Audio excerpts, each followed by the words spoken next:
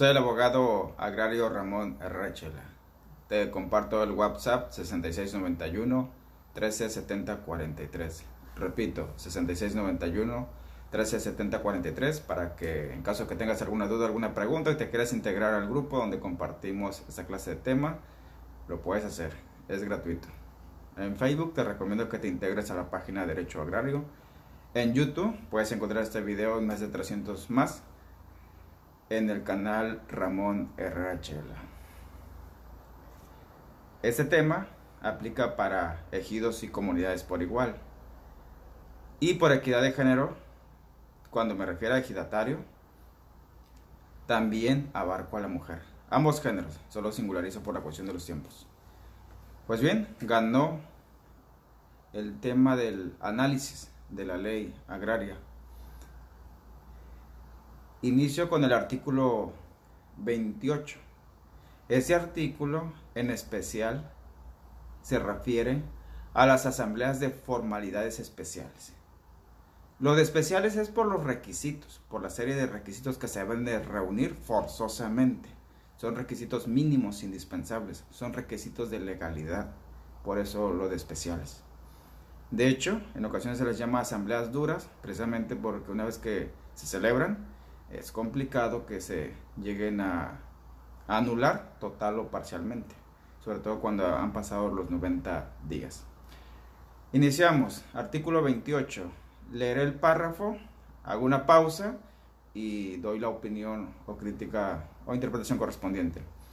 En la asamblea que trate los asuntos detallados en las fracciones de la 7, séptima, a la 14 del artículo 23 de esta ley agraria, los temas que pueden tratarse son, entre otros, asignación de parcelas, asignación del porcentaje de las tierras de uso común, asignación de solares ya con título pues de propiedad, adoptar el dominio pleno, asociarse en términos mercantiles.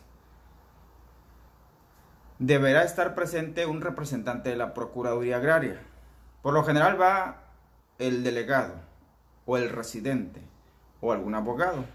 También asiste el visitador que le corresponde atender esa zona, pero sí se recomienda que sea un abogado o el residente por las cuestiones de legalidad. Recordemos que los visitadores agrarios, ellos tienen a veces diversas profesiones a la licenciatura en Derecho, y como son delicados los asuntos que se van a tratar, pues sí se recomienda que asista por lo menos un abogado de la Procuraduría Agraria.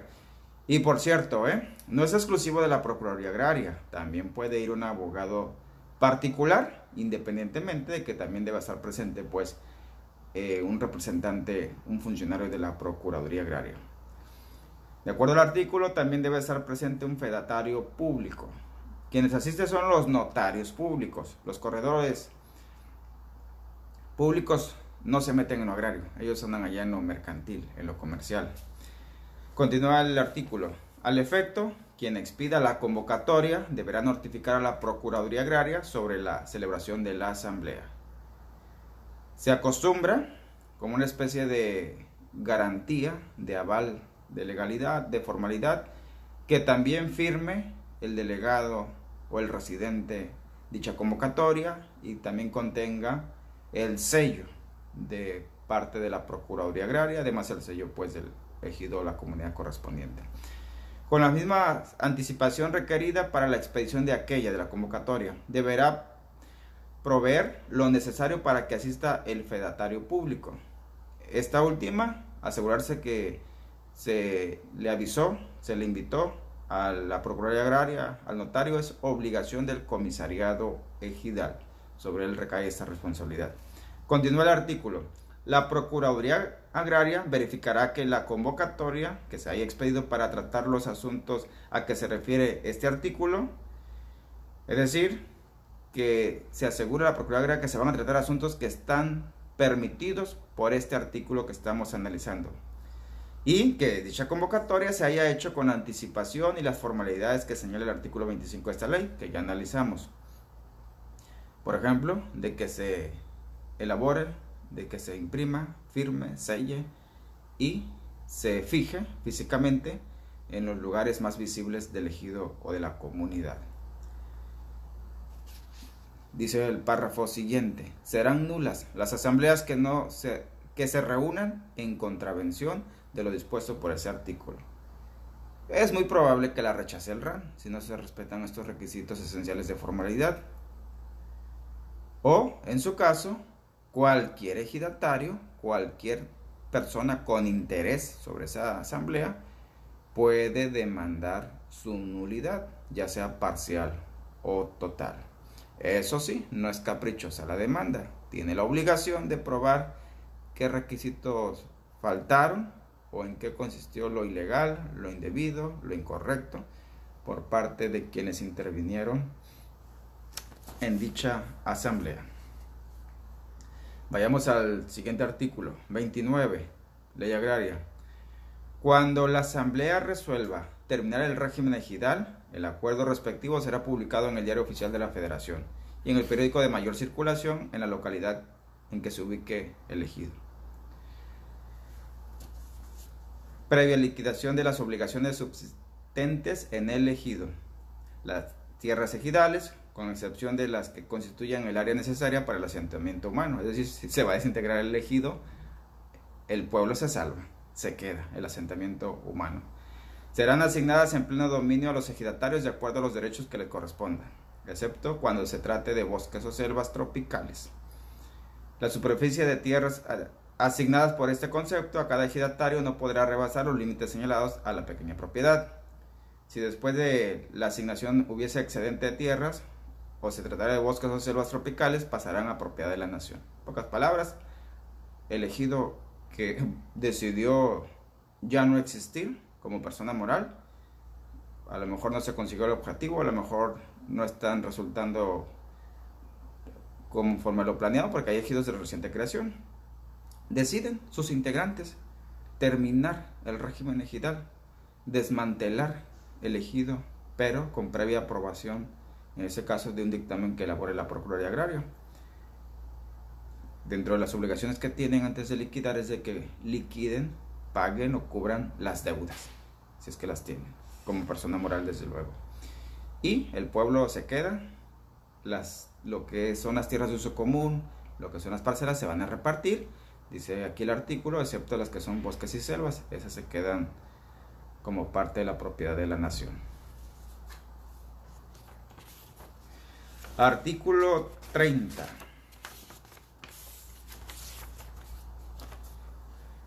Para la asistencia válida de un mandatario a una asamblea bastará una carta poder, debidamente suscrita por el titular ante dos testigos que sean ejidatarios o avecindados del mismo núcleo al que pertenezca el mandante.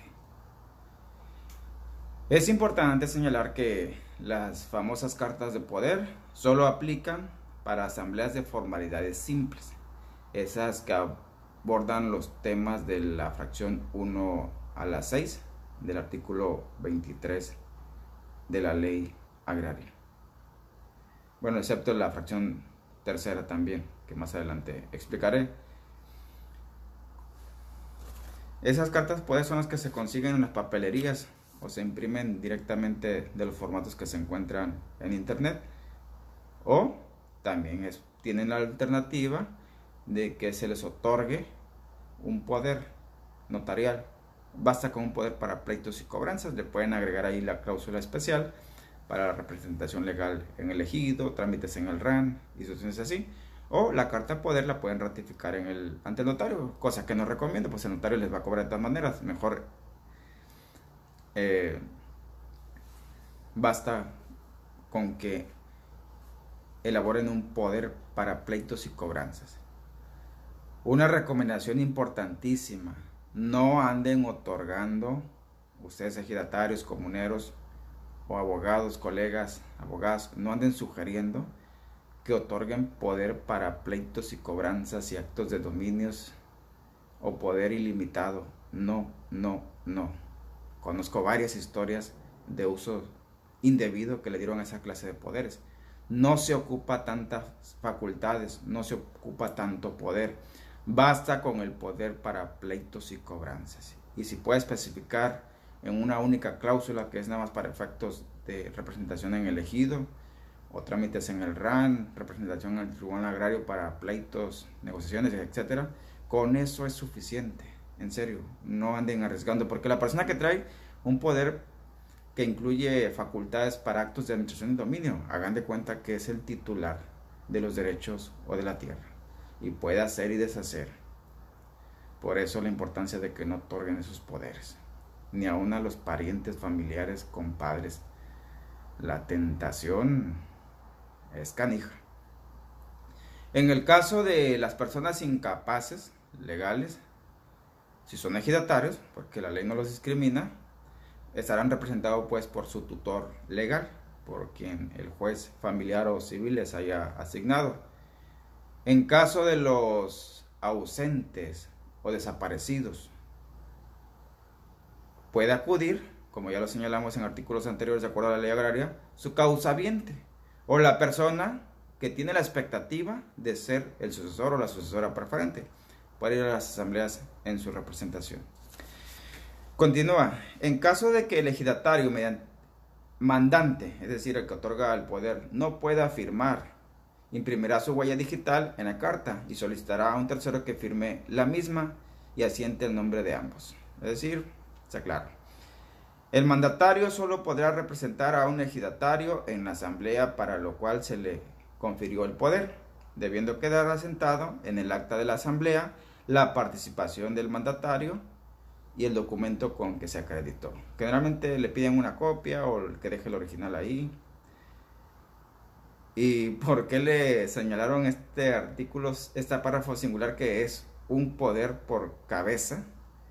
Porque no faltaba la gente pícara que cuando se llegaban las elecciones o las remociones de comisariado, llegaban con su bonche, es decir, con su montón de cartas poderes, desde luego la mayoría falsificada en firma, pero como no había tiempo de investigar, y un solo ejidatario votaba por 15, 20, 30 personas. Imagínense el absurdo. Así que después modificaron esta ley y es una carta poder por cada persona que llega como representante o mandatario, como representante legal del ejidatario que no pudo asistir, que está en el extranjero, que está enfermo, etc. Puede ser motivo de nulidad. De hecho, si votan, por ejemplo, personas con 2 cartas poder y que el comisariado, por lo menos porque son compadres, les dio chance. Y más pues si fue una elección o una remoción. Y sobre todo cuando trasciende en los números del sentido de la votación. Continúa el artículo. En el caso de asambleas que se reúnan para tratar los asuntos señalados en las fracciones tercera y de la 7 a la 14 del artículo 23 de esta ley, el ejidatario no podrá designar mandatario. Es decir, en las asambleas de formalidades especiales no son válidos los poderes, aunque estén notariados. Y ese es un serio problema, ¿eh? En varios ejidos y comunidades del país no se completa el quórum legal para la asamblea de formalidades especiales, porque no se admiten representantes. La gente, los campesinos, los ejidatarios, pues se fueron a Estados Unidos de ilegales respecto a su estancia, a otras ciudades, a buscar mejores oportunidades, fallecieron y sus sucesores no han actualizado los derechos de la asociación y todo eso, entonces no hay quórum legal para que pueda celebrarse una asamblea de formalidades especiales. Y aquí la ley también pone el candado legal de que no se admiten representantes legales. Y respecto a las asambleas de formalidad simple, no admite representante legal nada más cuando se van a tratar temas de la fracción tercera del artículo 23, que señala informes del comisariado ejidal y del consejo de vigilancia, así como la elección y remoción de sus miembros. Otro problema aquí. Conozco algunos ejidos, algunas comunidades, que sus dirigentes, sus comisariados, hacen las cosas mal, por desgracia. Y algunos interpretan esta fracción en que no vamos a admitir a los representantes legales porque va a haber un informe del comisariado y del consejo de vigilancia. Así, punto. En mi opinión como abogado está mal interpretado ese artículo, porque el hecho de que se vaya al frente el tesorero y diga, tenemos en caja 12,000 pesos y se gastaron 10,000. Eso no es un informe. Pero esa gente pícara dice, sí, ahí está el informe. Entonces, como se trató de un tema de informe, no pueden entrar, mucho menos votar, intervenir los representantes legales. Y causan desde luego perjuicio con esa actitud, con ese tipo de posturas. ¿La culpa de quién es? De nuestros legisladores. Le quisieron poner un acotamiento al tema de elección y de remoción. Se entiende que ahí no entran representantes legales. Pero ¿cuál es el impedimento respecto a que rinda por rendición de informes del comisariado o el Consejo de Vigilancia no pueden entrar los representantes legales? Finalmente el representante legal va a ir a informarse de lo más relevante. Se va a informar, por ejemplo, pues de cómo andan las finanzas, los dineros hayan elegido. Y ya se lo va a comentar en su momento a quien otorgó el poder de cómo andan las cosas. Hasta ahí no se le causa ningún perjuicio al interés colectivo del elegido. Al contrario, es un beneficio. Porque de esa manera se informan con tiempo respecto a la vida financiera, en ese caso, del elegido. Pero no, pues no faltan los pícaros que dicen, pues va a haber el informe porque el tesorero va a decir cuánto tenemos en caja. Eso ya pasa por informe, eso no pasa por informe. Claro que no es un informe.